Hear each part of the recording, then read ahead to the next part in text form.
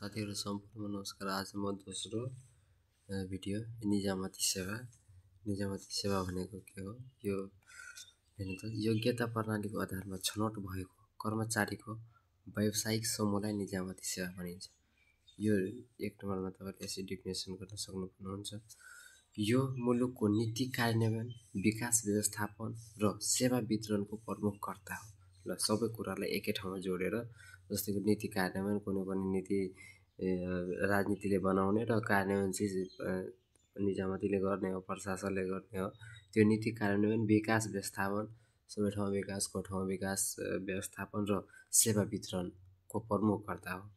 त्यस्तै निजामती सेवाले गैर सैनिक चरित्र राज्यको कोषबाट तलब भत्ता लिने, मुलुकको कानुन कार्यान्वयन गर्ने र सेवा वितरणको काम गर्ने जस्ता चरित्र बोकेको हुन्छ।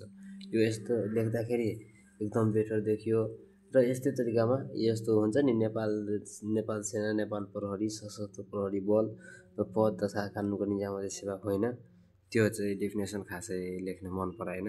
त्यो भन्दा बेटर बरु यस्तो लेख्नु, यस्तो चरित्र बोकेको हुन्छ र यसको विकासको पनि कुरा तपाईहरु लेख्न सक्नुहुन्छ। सन् 1854 पश्चात योग्यता प्रणालीमा आधारित निजामती सेवाको विकास भएको पाइन्छ।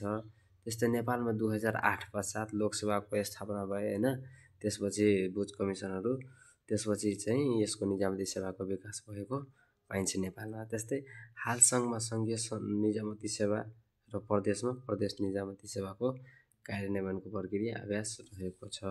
र तपाईले यो निजामती सेवाको डेफिनेसन चाहिँ यसरी लेख्न सक्नुहुन्छ। तपाई यो निजामती सिभिल सर्भिसको यसलाई चाहिँ निजामती सेवा इंग्लिशमा सिभिल सर्भिस भन्दो रहेछ, त्यो कुरा पनि तपाईले हेर्न सक्नुहुन्छ। ल सर, यसको विशेषता पनि तपाईहरुले विशेषता लेख्नु पर्यो भनेदेखि विशेषता चाहिँ यसको विशेषता लेख्दाखेरि राज्यको स्थायी सरकारको रूपमा रहने के राज्यको स्थायी सरकारको रूपमा रहने, स्थायी सरकारको रूपमा रहने हैन, सरकारको रूपमा। अरु के छ तपाईहरु पनि लेख्नु, सरकारको रूपमा रहने। त्यस्तै योग्यता प्रणालीमा आधारित छनौट, योग्यता प्रणालीको